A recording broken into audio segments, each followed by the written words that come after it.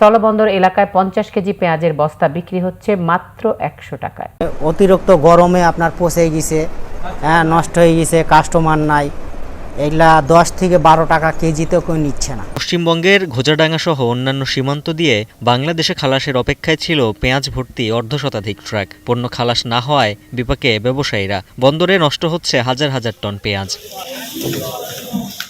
রপ্তানিকারকরা বলছেন এই বন্দরে আটকা পড়া এসব পেঁয়াজ খালাস না হলে আরো বড় অঙ্কের ক্ষতির সম্মুখীন হবেন তারা। ভারতের পেঁয়াজের দাদাগিরির দিন কি তবে শেষ?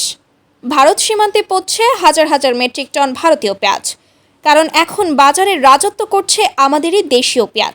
একসময় ভারত যখন খুশি রপ্তানি বন্ধ করত, আর আমরা তখন পড়ে যেতাম বিপদে। কিন্তু আজ বাংলাদেশ বলছে দরকার নেই। পাবনা, ফরিদপুর, কুষ্টিয়া, বাংলাদেশের হৃদয় জুড়ে এখন চলছে পেঁয়াজ বিপ্লব। চাষির ঘরে মজুত হচ্ছে সারা বছরের জন্য পেঁয়াজ। একসময় যেই কৃষক মাথা চুলকাতেন কত দামে বিক্রি হবে, আজ সেই কৃষক হাসছেন।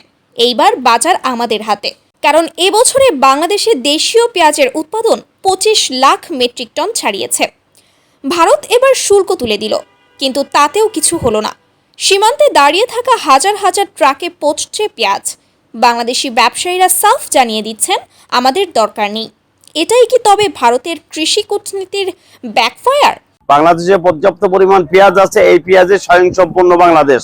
বাজারে এখন হালি পেঁয়াজের জয় জয়কার। দেশি পেঁয়াজ সুস্বাদু, টাটকা আর দামেও সাশ্রয়ী।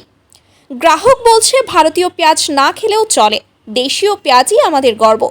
বাংলাদেশ এখন শুধু আত্মনির্ভরই নয়, ভবিষ্যতে পেঁয়াজ রপ্তানিকারক দেশও হতে পারে। কৃষকের ঘামে ফলেছে এই সাফল্য।